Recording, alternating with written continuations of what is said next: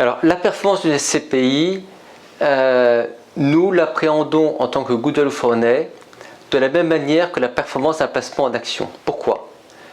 Le jour où vous allez acheter une action, par exemple une action Saint-Gobain, une action BNP Paribas, une action Air Liquide, vous allez avoir deux facteurs de rémunération.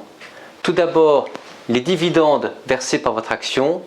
Deuxièmement, l'évolution de la valeur de votre action.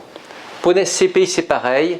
Il y a deux paramètres à prendre en compte dans la performance de la SCPI. C'est l'évolution dans le temps de la valeur de la part de la SCPI d'une part et les dividendes versés par la SCPI d'autre part.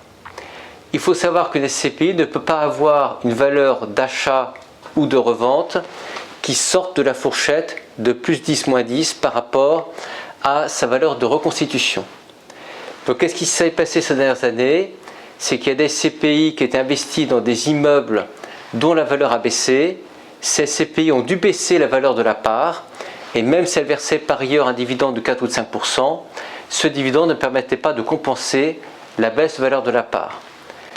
Vous savez que sur Goodwell Fournay, nous vous donnons les fiches caractéristiques constituées par nous-mêmes de 140 SCPI. Consultez ces fiches car on vous indique à chaque fois l'évolution de la valeur des parts des SCPI, leur classe d'actifs d'investissement, également les dividendes versés et à la fin, la performance globale de la SCPI qui combine évolution de la valeur de la part et dividendes année après année.